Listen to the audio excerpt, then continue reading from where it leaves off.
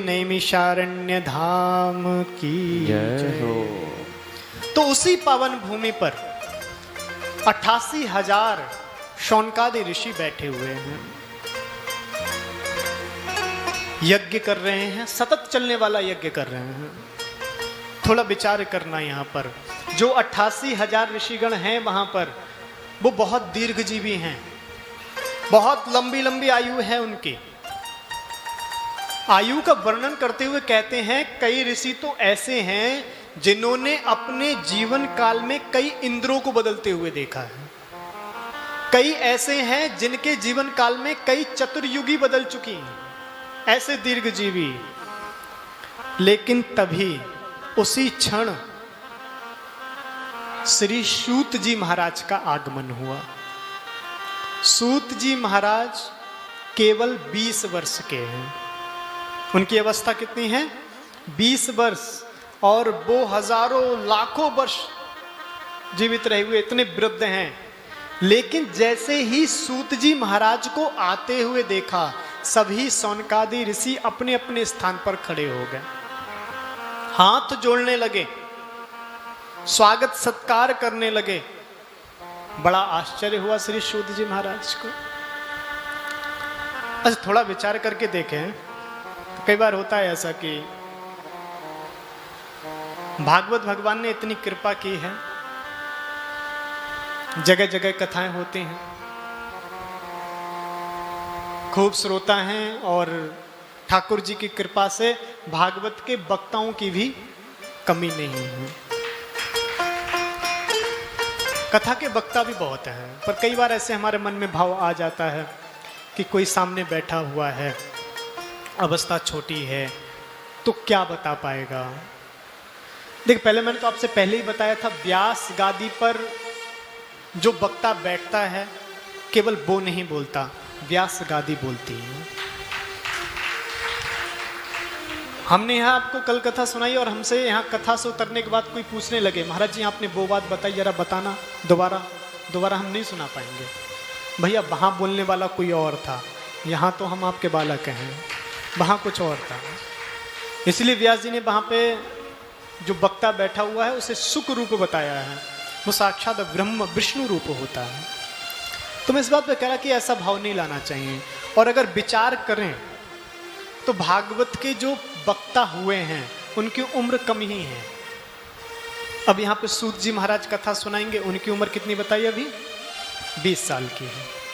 सुखदेव जी महाराज राजर्षि परीक्षित को कथा सुनाएंगे, उनकी उम्र कितनी है? 16 वर्ष के हैं। इधर सनत कुमार जी कथा सुनाएंगे, उनकी कितनी है? 5 वर्ष। तो अधिक उम्र के हैं भी नहीं बता भागवत के। वैसे सनत कुमार देखा जाए तो पूर्वजों के भी पूर्वज हैं, लेकिन दिखते 5 वर्ष के ही हैं। तो यहाँ व्यास गादी से जो परोसा जा रहा है वो मानो स्वयं व्यास गादी ही बोल रही है, कोई साधारण वक्ता नहीं बोल नहीं सकता महाराज।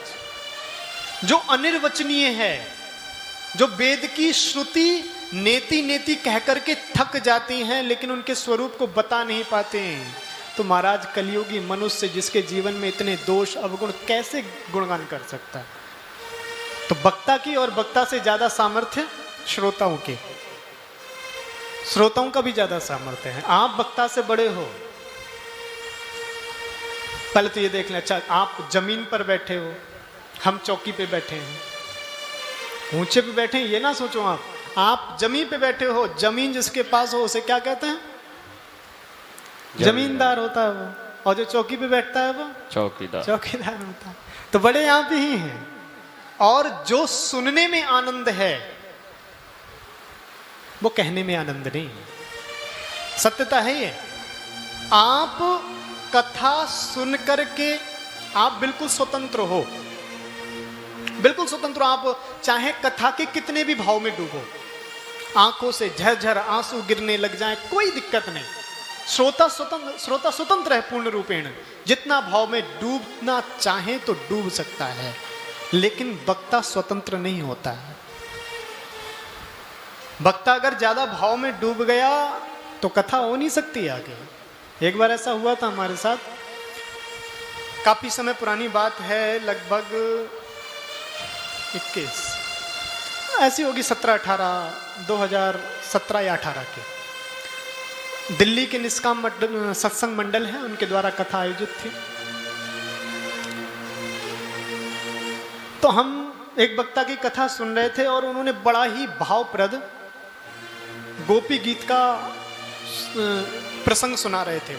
तो वो दिमाग में था, बड़े आंखों में अश्रु भरे हुए थे वक्ता के, महाराज जी के, और बड़ा ही भावप्रद होकर के कथा सुना रहे थे। तो मन में भाव आया कि आज हम भी उसी तरह से कथा करने का प्रयास करेंगे। छठा दिन था, व्यास गादी पे जाकर के बैठे, गोपी गीत की कथा आई। तो प्रारंभ में उसी भाव में डूबे, बिरह वाले भाव में। सत्यता कहते हैं कि मुश्किल से 2 श्लोक का अर्थ कर पाए थे, आंखों से इतने अश्रु आ गए, आगे की कथा हो ही नहीं पाई। बीच में ही उस प्रसंग को छोड़ना पड़ा, फिर आगे की कथा में हम प्रवेश करें। तो कहने का तात्पर्य है, आपको ज्यादा सुविधा है कथा सुनने की, क्योंकि आप स्वतंत्र हो, लेकिन वक्ता स्वतंत्र नहीं होता है। तो जैसे ही जो 20 वर्ष के सूत जी महाराज हैं, उनका आगमन हुआ, सभी सोनकादि ऋषि अपने आसन पर खड़े हो गए।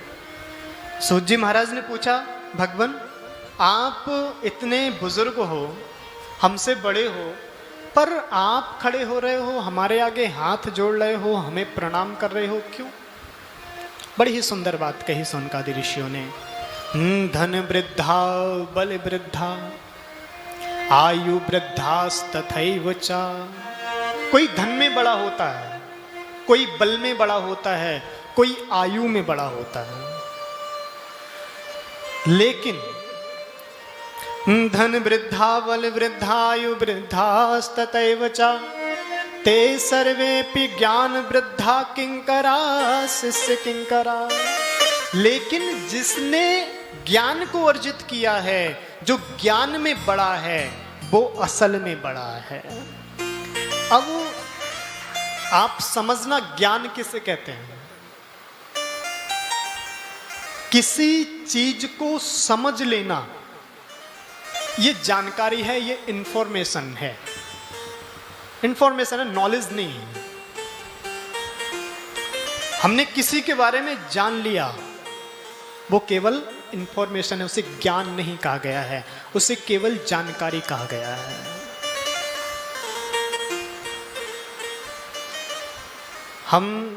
हमारे बच्चे जो आपके स्कूल में पढ़ते हैं, शिक्षा ग्रहण करते हैं, उस शिक्षा को ज्ञान नहीं कहा है, वो जानकारी है।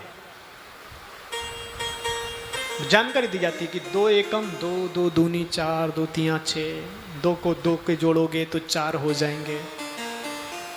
इस दुनिया में ये है, इस दुनिया में ये है, ये जो भी है, ये सब जानकारी है। ज्ञान उसे कहते हैं जो अच्छी बातें हैं उसको आचरण में भी लाए, जो बातें जीवन में सदुपयोग वाली हैं, जीवन को संभालने वाली हैं, संभालने वाली हैं, उनको जीवन में उतारे, अपने आचरण में भी लाए। अगर वो बातें आचरण में आती हैं तब वो ज्ञानी कहलाता है। अब जैसे कि आपसे प्रश्न करें, अगर मन में क्रोध आए तो क्या करना चाहिए? बताइए आप में से कोई, अगर क्रोध आए मन में तो क्या करें?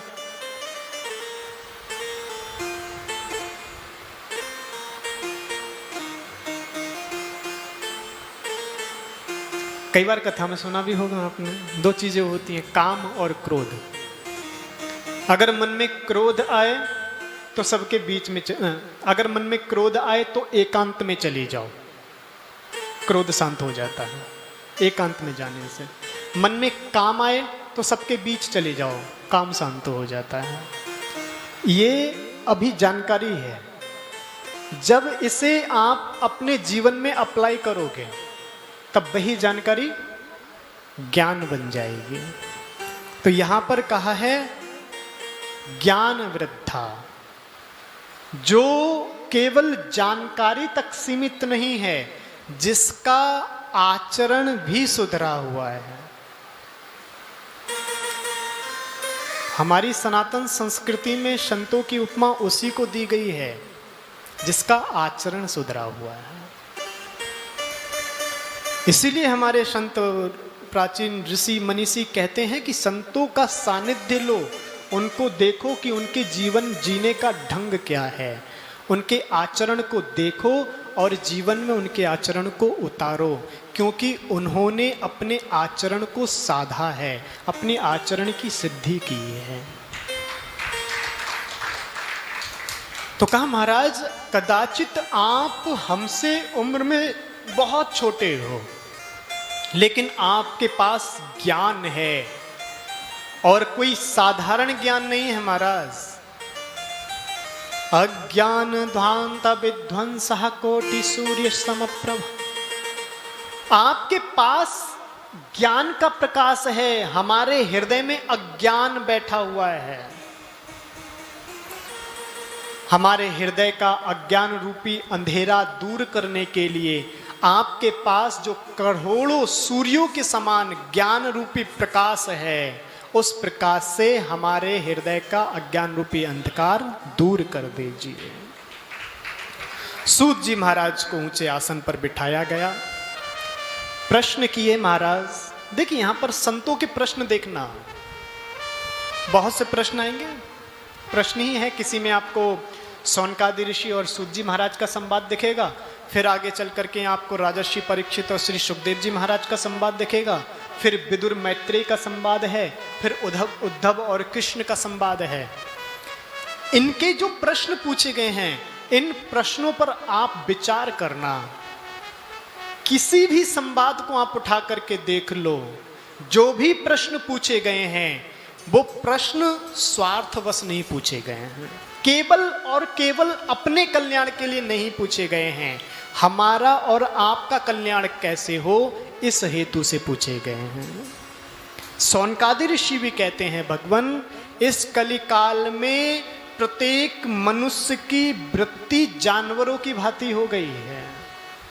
केवल आहार, निद्रा, भय और मैथुन, यहां तक जीवन सीमित रह गया है। इनको शुद्ध दैवी शक्ति कैसे बनाया जाए? हे प्रभु, आप कोई ऐसा पावन प्रसंग सुनाइए, आप कोई ऐसी हमको बात बतलाइए जो पावना नाम च पावनम, जो पवित्रों को भी पवित्र कर दे। केवल पवित्र नहीं, जो पवित्र हैं उनको भी पवित्र कर दे महाराज। अब जो पवित्र हैं उनको पवित्र कैसे, जो पहले से ही पवित्र हैं उनको पवित्र कैसे कर दिया जाएगा?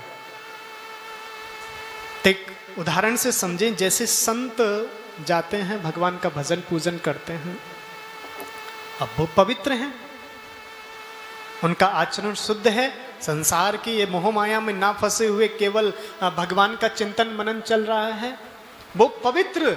लेकिन उनके चिंतन मनन के माध्यम से उनके हृदय में ठाकुर जी का प्राकट्य हो जाए तो वो पवित्रों के भी पवित्र। तो कहा आप केवल पवित्र नहीं करना है, पावना नाम च पावनम, जो पवित्रों को भी पवित्र कर दे।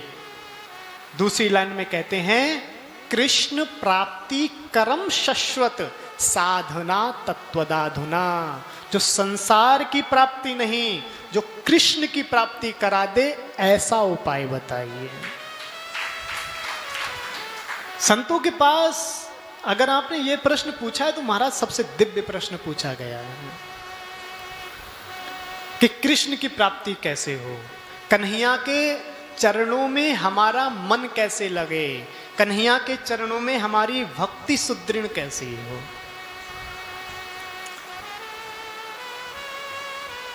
सौनकादि ऋषि कहते हैं, भगवान हमने आपको गुरु रूप में स्वीकार किया है, कदाचित हमारा प्रश्न छोटे स्तर का नहीं है, हमारा प्रश्न बहुत ऊंचे स्तर का है। हमने संसार की कोई भी छोटी मोटी वस्तु नहीं मांगी है, हमने इस संसार से जो परे है उस ठाकुर जी को मांगा है।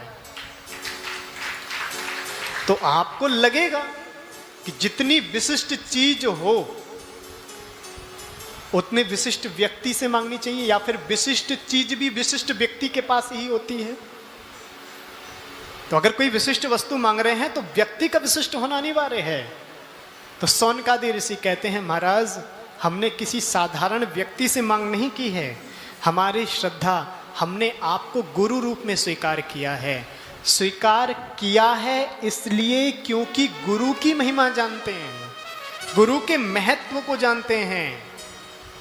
चिंता मणिर्लोक सुखम स्वरद्रुः स्वर्ग संपदम प्रेयक्षति गुरुर प्रीतो वैकुंठम योगी दुर्लभम। महाराज क्या महिमा गाई है सौनकादि ऋषियों ने गुरुदेव की, जो कि गुरु पूर्णिमा के उपलक्ष्य में ये आयोजन हो रहा है। कितना दिव्य श्लोक गाया है एक गुरु के संबंध में। सौनकादि ऋषि कहते हैं चिंता मणिर लोक सुखम। एक चिंतामणि नाम की मणि होती है, अगर आप उस मणि के सामने चिंतन करोगे किसी भी बात का, आप कोई भी संसार की संपदा को प्राप्त करने के लिए केवल चिंतन करो और वो वस्तु आपके सामने प्राप्त हो जाएगी, संसार की कोई भी वस्तु। और कहा स्वरद्रुः स्वर्ग संपदम, स्वर्ग की जो संपदा है स्वरद्रु यानी कि कल्प वृक्ष। कल्प वृक्ष की ये महिमा है, आप कल्प वृक्ष के नीचे जाओ, कल्पना मात्र करो, स्वर्ग की सारी संपदा देने में सामर्थ्य रखता है कल्प वृक्ष। बड़ी विशिष्ट वस्तु है दोनों, मिलना इतना सहज नहीं है, बहुत दुर्लभ है। सौनकादि ऋषि कहते हैं कदाचित आपका भाग्य उदय हो, आपका पुरुषार्थ काम में आए, दोनों वस्तु आपको प्राप्त भी हो जाएं, लेकिन फिर भी उन दो वस्तुओं में इतना सामर्थ्य नहीं गुरुदेव जो आप में है। बोले कैसे? इतनी दुर्लभ वस्तुओं में सामर्थ्य नहीं, हम में क्या है? कहा अगर हम उस मणि से, चिंतामणि से संसार की वस्तु मांगेंगे, संसार की वस्तु दे देगी। स्वर्ग के कल्पवृक्ष से स्वर्ग की संपदा मांगेंगे तो वो स्वर्ग की संपदा प्रदान कर देगा। लेकिन अगर हम उनसे कहें कि ठाकुर जी की प्राप्ति करा दो, ठाकुर जी के चरणों में हमारी बुद्धि लगा दो, तो उन दुर्लभ वस्तुओं में ये सामर्थ्य नहीं है। ये तो गुरुदेव केवल आप कर सकते हो, ये केवल आपके माध्यम से हो सकता है। इसीलिए हमने आपकी शरणागति ग्रहण की है। अब परमात्मा, हे प्रभु, हे गुरुदेव, कोई ऐसा प्रसंग, कोई जो आपने वेद शास्त्र उपनिषद पुराणों को पढ़ करके जो सार निकाला है, ये क्या कहते हैं, जो वेद पुराणों को पढ़ करके सार निकाला है, इनके पास समय की कमी नहीं है। इतनी बड़ी अवस्था है, समय समय है इनके पास। एक नहीं हजारों वर्ष तक अगर सूर्य कथा सुनाए तो सुनने को तैयार हैं, लेकिन वो कहते हैं कि हमें पूरे वेद नहीं सुनने, हमें कोई पूरा पुराण नहीं सुनना, बस सार गर्भित कथा। आपने तो वेदों को पढ़ा है, उपनिषदों को पढ़ा है, उसमें से जो सार निकाला हो वो छोटी सी बात बता दो। यानी कि वो अपने लिए नहीं पूछा गया है, वो हमारे और आपके लिए पूछा गया है। जानते हैं कलयुगी मनुष्य की उम्र ज्यादा नहीं है, उससे कहा जाए कि पूरे वेद को पढ़ लो तो जीवन बीत जाएगा, पूरा वेद समझ में नहीं आएगा, समझ नहीं पाएंगे उस वेद को। तो कहा कोई सार गर्भित कथा। सूत जी महाराज बड़े प्रसन्न हुए। आपका जो ये प्रश्न है ये लोकहित के लिए है, संसार के कल्याण के लिए है। इसलिए मैं आपको एक बहुत सुंदर ग्रंथ, या फिर कहें कि समस्त वेदों का सार सुनाने जा रहा हूं। सावधानतया शृणु, सावधान होकर के सुनना। जैसे कोई टीचर क्लास में अपने विद्यार्थियों को पढ़ाता है, तो सब्जेक्ट पढ़ाते पढ़ाते कोई मोस्ट इंपॉर्टेंट क्वेश्चन आ जाता है जो लगता है टीचर को कि ये परीक्षा में आ सकता है, ये इस बच्चे के एग्जाम में आ सकता है। तो टीचर क्या कहता है कि ये जो क्वेश्चन है जरा बड़ी सावधानी से समझना, इसे ठीक से बिल्कुल रट्टा मार लेना, याद कर लेना, क्योंकि यह क्वेश्चन आपके एग्जाम में आ सकता है। तो यहां पर सूत जी महाराज कहते हैं कि मैं सभी वेदों का सार तुम्हें सुनाने जा रहा हूं, सावधान तया श्रृणु, सावधान होकर के सुनना जीवन की परीक्षा में आ सकता है। ये जो उत्तर है ये जीवन की परीक्षा में आ सकता है, इसलिए सावधान रहना। कहा मैं आपको श्रीमद् भागवत कथा सुनाने जा रहा हूं। ये मैंने कहां से सुनी? केवल ऐसी भागवत की किताब उठाओ, ऐसी रट्टा मार लो, याद कर लो, उसका वो उतना भाव नहीं मिल पाता है। लेकिन जो गुरु चरणों में बैठ करके पढ़ी जाती है, जो गुरु चरणों में बैठ करके गुरुदेव अपनी कृपा रूपी आशीर्वाद प्राप्त करके जब वो भागवत कथा हमें अध्ययन कराते हैं, तब उसका विशेष प्रभाव होता है। तो सूत जी महाराज कहते हैं मैंने अध्ययन किया, केवल वो नहीं सुना रहा हूं, मैंने अपने गुरुदेव के चरणों में बैठ करके वो सुना रहा हूं। अब सूत जी महाराज के गुरुदेव कौन हैं? श्री सुखदेव जी महाराज।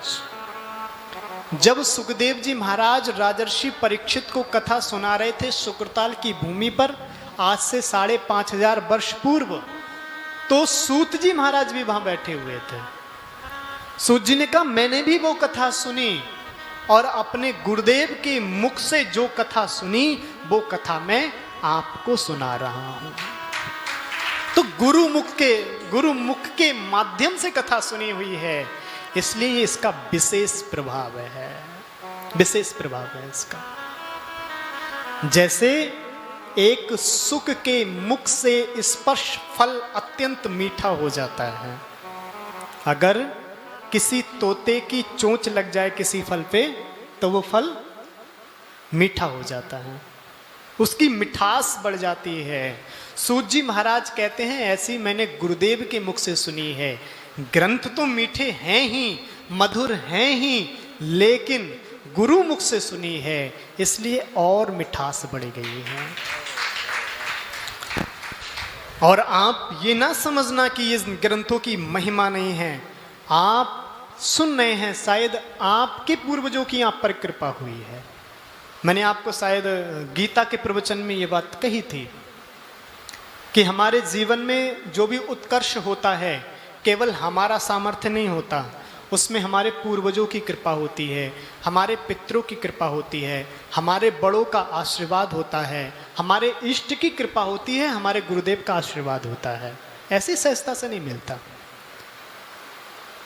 तो सूत जी महाराज कहते हैं सौनकादि ऋषियों, मैं जो सुनाने जा रहा हूं ये कोई साधारण नहीं है। अरे कहां तक महिमा बताऊं इस ग्रंथ की, यह ग्रंथ देवताओं के लिए भी दुर्लभ है। बात उस समय की है जब श्री सुखदेव जी महाराज राजर्षि परीक्षित को कथा सुनाने के लिए अपने आसन पर बैठे थे। जैसे ही आसन पर बैठे, स्वर्ग से देवता हाथ में अमृत का कलश लेकर के आए। अमृत, ये पता है आपको अमृत कैसे प्राप्त हुआ?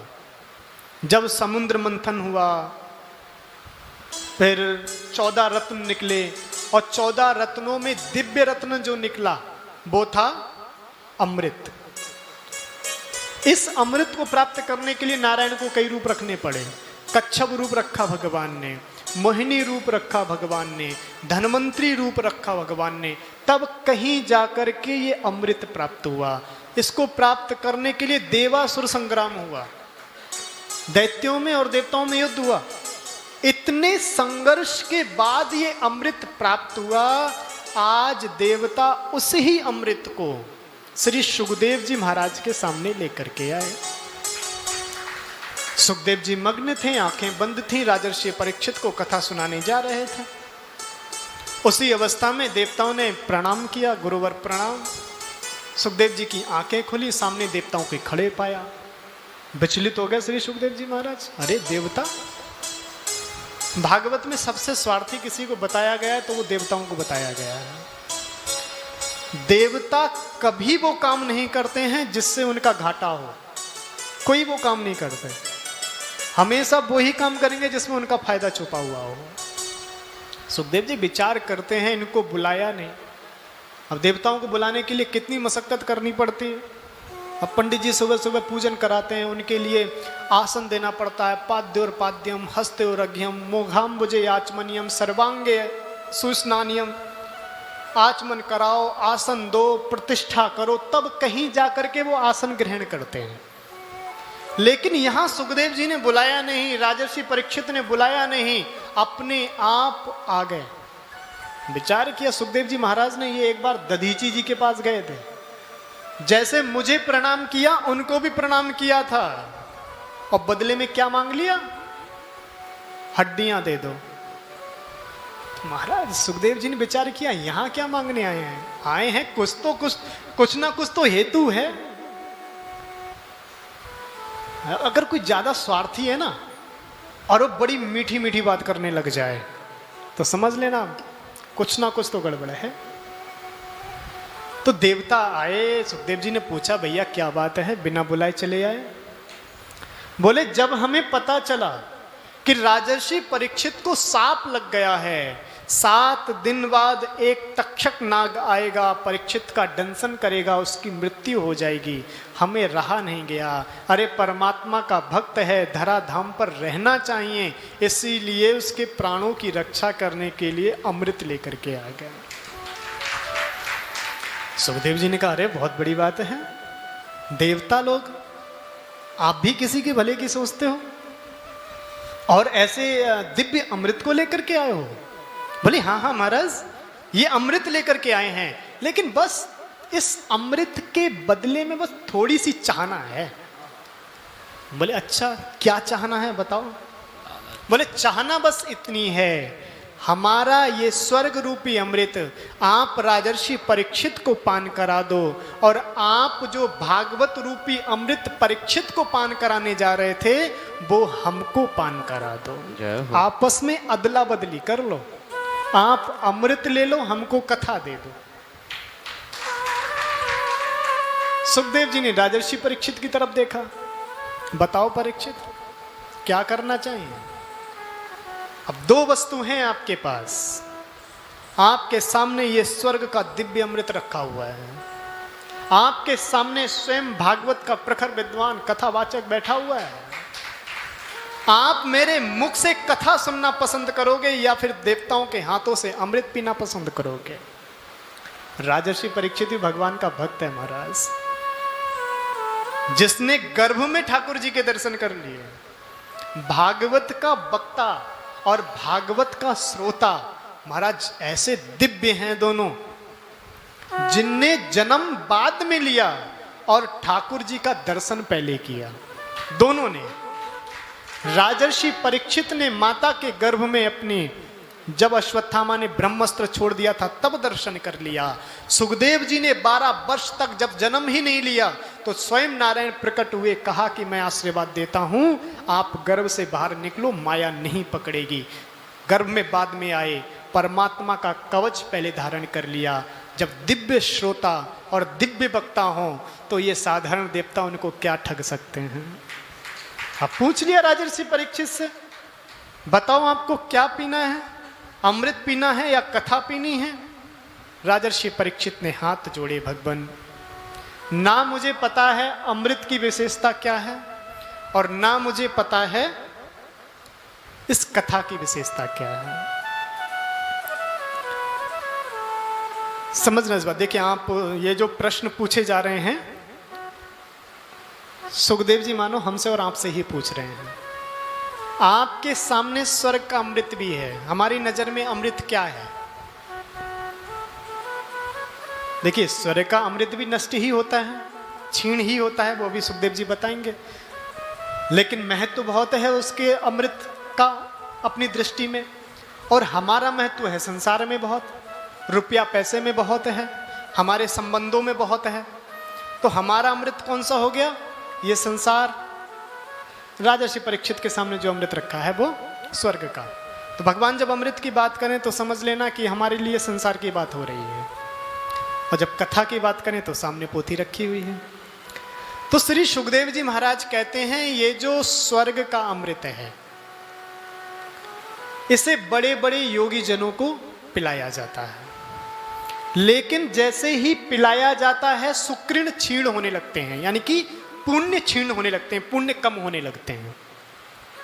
जब पुण्य कम हो जाते हैं तब स्वर्ग से धक्का दे दिया जाता है, संसार में गिर जाते हैं, वहां घटोत्तरी होती है। हमारे जीवन में भी क्या हो रहा है, घट ही रहा है। संसार को क्या कहा है, संसरति इति संसार, जो दिन प्रतिदिन सरक रहा है वो ही संसार है। आप कहते हो कि हम बड़े हो रहे हैं, ना भैया, आप कम हो रहे हो, आपकी उम्र कम हो रही है। जैसे ही आपने मात्र गर्भ से निकले पहली श्वास ली, यानी कि जीवन की पहली श्वास, एक श्वास कम हो गई, दूसरी श्वास ली, जीवन की 2 श्वास कम हो गई, तो हम जन्म लेते ही मृत्यु की तरफ हमने चलना प्रारंभ कर दिया है। तो स्वर्ग का अमृत क्षीण हो रहा है, हमारा संसार क्षीण हो रहा है। तो कहा ये शाश्वत नहीं है, एक रूप में नहीं रखता है। जैसे ही स्वर्ग का कोई महर्षि, कोई योगी इसका पान करता है, पुण्य क्षीण होने लगते हैं, और जब समस्त पुण्य क्षीण हो जाते हैं तो मृत्यु लोक में आना पड़ता है, पुनः जीवन मरण के चक्कर में पड़ना पड़ता है। ये तो हो गई अमृत की विशेषता मान लो या फिर दुर्गुण मान लो, वो आपको विचार करना है। फिर कहा ये भागवत, वहाँ सबसे पहली बात पक्षपात हो रहा था कि जो बड़े बड़े योगी हैं उनको ही अमृत मिलेगा, साधारण लोगों को नहीं मिलेगा। भागवत किसी के साथ पक्षपात नहीं करते। यहाँ कहीं भी महाराज जी ने बोर्ड नहीं लगाया कि गरीब आदमी आएगा, अमीर आदमी आएगा, या फिर बड़ा आदमी आएगा, छोटा आदमी नहीं आएगा। ऐसा कुछ बाउंडेशन नहीं है यहाँ पर के भैया, ये तो भागीरथी, जैसे भागीरथी गंगा है ना, भागीरथी गंगा सबके लिए सुलभ है, कोई भी जाए स्नान करे, अपने पुण्यों का क्षय करे।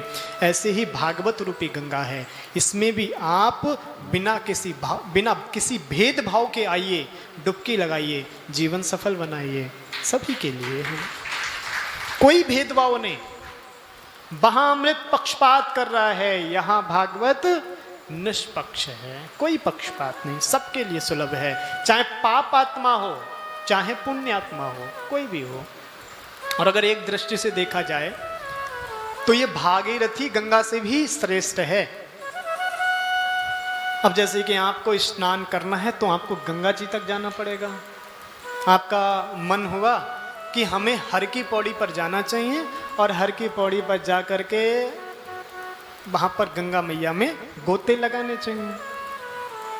अब जब मन में भाव आया तो आपको हरिद्वार जाना पड़ेगा, गंगा जी में डुबकी लगानी पड़ेगी, तब मन की वृत्ति पूरी होगी। लेकिन भागवत देखिए आपके लिए कितनी सुलभ हो गई। ये भागवत आज जो भागवत रूपी गंगा है, ये आपके गजरौला में ही प्रभावित हो रही है। गंगा वहां स्थायी बनी हुई है, वहां जाना पड़ेगा, लेकिन भागवत रूपी गंगा बहती हुई आपकी गजरौला में आई है। अब अगर इससे भी चूक जाते हो तो महाराज गड़बड़ है। गंगा खुद आई है बहने के लिए, आपका उद्धार करने के लिए, आओ डुबकी लगाओ। लेकिन फिर भी अगर हम चूक रहे हैं तो कहीं ना कहीं बहुत बड़ी गलती हो रही है हमसे। तो व्यास जी कहते हैं, सुखदेव जी महाराज कहते हैं, दूसरी विशेषता मैं इस अमृत की बता दूं। ये जब अमृत पान करा देते हैं तो भव सागर से मुक्ति तब भी नहीं होती है। भव सागर में भटकना फिर भी पड़ता है, मातृ गर्भ में आना फिर भी पड़ता है, लेकिन भागवत जो श्रद्धा भाव के साथ, प्रेम के साथ श्रवण कर लेता है तो उससे दोबारा जन्म मृत्यु में नहीं पड़ना पड़ता। वो साकेत लोक में, बैकुंठ लोक में, या फिर राधा रानी के निकुंज धाम में सदैव नित्य निवास स्थान पा लेता है। तो बताइए अब आपको क्या चाहिए, भागवत या अमृत? भागवत। भागवत, चलिए परीक्षित की श्रेणी में है, परीक्षित ने भी भागवत की ही मांगे। कहा महाराज हमें अमृत नहीं चाहिए, हमें तो ये कथा रूपी अमृत चाहिए। और जैसे ही राजर्षि परीक्षित से कहा, राजर्षि परीक्षित ने कहा कथा अमृत चाहिए, भगवान ने देवताओं की फटकार लगाई। अब देखिए उपमा कैसे देते हैं, स्वर्ग का अमृत भी अपने में बहुत महत्वशाली है, कितना कठिन परिश्रम किया, लेकिन सुखदेव जी कहते हैं देवताओं तुम एक नंबर के ठगी हो। ठगी? बोले कैसे? बोले आप हमारे पास श्रोता बन करके नहीं आए थे, हमारे पास व्यापार करने के लिए आए थे। ये हमसे अमृत ले लो, हमें कथा दे दो, ये तो व्यापार हो गया। और व्यापारी भी ठगी बन करके आए। कैसे ठगी? क्वा स्वधा क्वा कथा लोके क्वा कांचा क्वा मणिर महान। कहते हैं तुम जो ये अमृत लेकर के आए हो, ये अमृत मेरे कथा रूपी अमृत के सामने कांच का टुकड़ा है। मेरी कथा बहुमूल्य मणि है। जैसे कांच के बदले मणि का बदला नहीं किया जाता, ऐसे ही अमृत के बदले कथा को नहीं बदला जाता। ये है महिमा भागवत की। देवता कोई साधारण नहीं है, मनुष्य से बहुत उच्च श्रेणी पे हैं। मनुष्य की कामनाओं की पूर्ति करने के लिए देवता बिठाए हुए हैं। वो देवता को भी ये भागवत सुलभ नहीं हुई। डांट पड़ी है सुखदेव जी महाराज की, डांट फटकार करके देवताओं को वहां से भगा दिया, लेकिन कथा प्राप्त नहीं हुई। वो धन्य है परमात्मा जो हमें इस मनुष्य से धेमे भेजा है और हमें यहाँ गजरौला में बैठ करके दिव्य भागवत कथा श्रवण करने का दुर्लभ अवसर प्राप्त है। अब देवताओं की फटकार लगी, बड़े निराश हुए, ब्रह्मा जी के पास गए, शिकायत करी। बोले ब्रह्मा जी बहुत बड़ा पक्षपात हुआ है हमारे साथ। बोले क्या हुआ? बोले आपको पता है नीचे श्री सुखदेव जी महाराज राजर्षि परीक्षित को कथा सुना रहे हैं। बोले अच्छी बात है। बोले अच्छी बात तो है, यही सोच के हम भी गए थे कि हम भी कथा सुन लें, पर सुखदेव जी महाराज ने हमें डांट करके भगा दिया, हमें कथा नहीं दी। तो ऐसा क्या है इस भागवत कथा में जो हम देवताओं को सुलभ नहीं है और इन मनुष्यों को इसका आपने अवसर प्रदान किया है?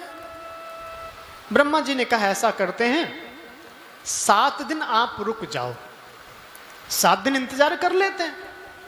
राजर्षि परीक्षित 7 दिन तक कथा सुनेंगे, राजर्षि परीक्षित का कथा सुनकर के क्या कल्याण होता है ये देख लेते हैं, फिर बाद में विचार करेंगे क्या करना है आगे।